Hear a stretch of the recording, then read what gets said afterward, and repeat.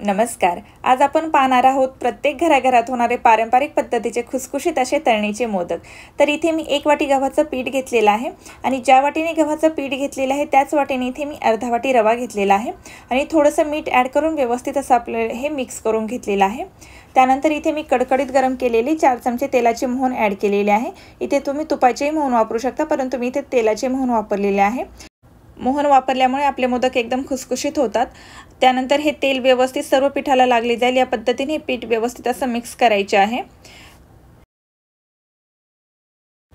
त्यानंतर इथे मी 1 वाटी पाणी घेतलेलं आहे। थोडं असं पाणी ॲड करायचं आहे आणि घट्टसर असं पिठाचा गोळा तयार करून घ्यायचा आहे। एकदम पाणी ॲड करायचं नाही, नाहीतर काय होतं की पीठ पातळ होण्याची शक्यता असते। त्यामुळे आपल्याला थोडं पाणी ॲड करून व्यवस्थित असं घट्टसर पीठ इथे मळून घ्यायचं आहे।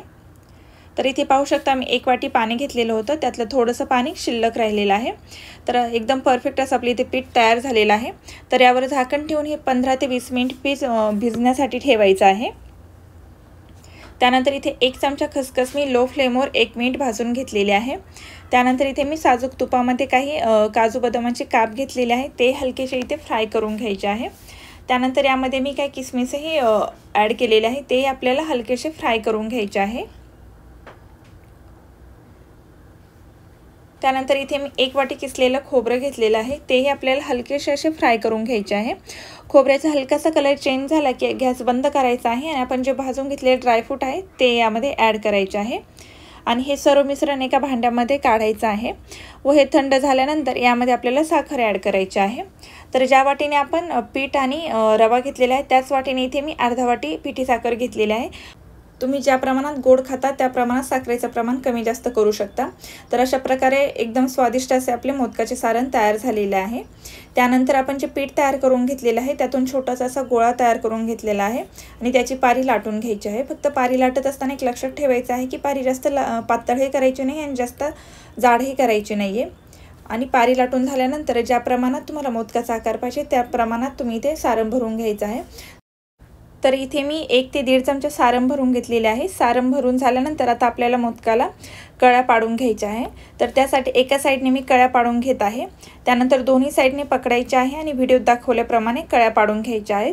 तर खूप इझिली अशा प्रकारे मोदकाला कळ्या पडल्या जातात। तर इथे पाहू शकता आपला मोदक तयार झालेला आहे। त्यानंतर मोदक बनवण्याची इथे मी दुसरीही पद्धत सांगितलेली आहे। तर इथे मी काय केलेलं आहे, एक पारी घेतलेली आहे, त्या पारीमध्ये सारण भरून घेतलेलं आहे। सारण भरून झाल्यानंतर अंगठ्या शेजारचं जे बोट आहे त्या बोटाने काय करायचं, हलकंसं पीठ बाहेर लोटायचं आहे। त्यानंतर अंगठ्याने व मधल्या बोटाने व्हिडिओत दाखवल्याप्रमाणे कळ्या तयार करून घ्यायच्या आहे। तर इथे पाहू शकता पहिल्यांदा मधल्या बोटाने हलकंसं पीठ बाहेर लोटायचं आहे आणि त्यानंतर अंगठ्याने व मधल्या बोटाने खालपर्यंत कळ्या पाडून घ्यायच्या आहेत आणि कळ्या पाडल्यानंतर लगेच मी दुमडून घेत आहे, म्हणजे काय होतं की मोदकाला आकार खूप सुंदर येतो। तर अशा प्रकारे इथे मी मोदक तयार करून घेतलेला आहे। त्यानंतर चाकूच्या साहाय्याने आपल्याला मार्क करून घ्यायचा आहे, म्हणजे ज्या ठिकाणी कळ्या आहेत त्याच ठिकाणी आपल्याला मार्क करून घ्यायचे आहे वरपर्यंत। तर अशा प्रकारे इथे मी सर्व मोदक तयार करून घेतलेले आहे। त्यानंतर आता आपल्याला मोदक तळून घ्यायचे आहेत। त्यानंतर मोदक तळण्यासाठी मी तेल गरम करून घेतलेलं आहे व तेलामध्ये मोदक सोडायचे आहे।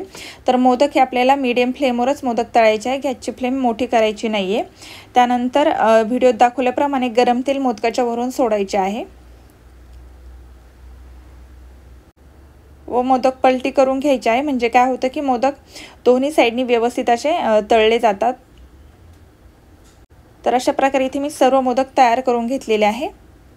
जर तुम्हाला ही माझी रेसिपी आवडली असेल तर घरी एकदा नक्की ट्राय करून पाहू, मला कमेंट करून नक्की सांगा की मोदक कसे तयार झालेले आहे। आणि जर तुम्ही चॅनलवर नवीन असाल आणि चॅनलला जर अजून सबस्क्राईब केलं नसेल तर सबस्क्राईब करा, म्हणजे काय होईल जेव्हा मी अशा रेसिपी अपलोड करेल त्याचे नोटिफिकेशन सगळ्यात अगोदर तुम्हाला मिळेल। परत भेटूया अशाच एका नवीन रेसिपी बरोबर, तोपर्यंत टेक केअर।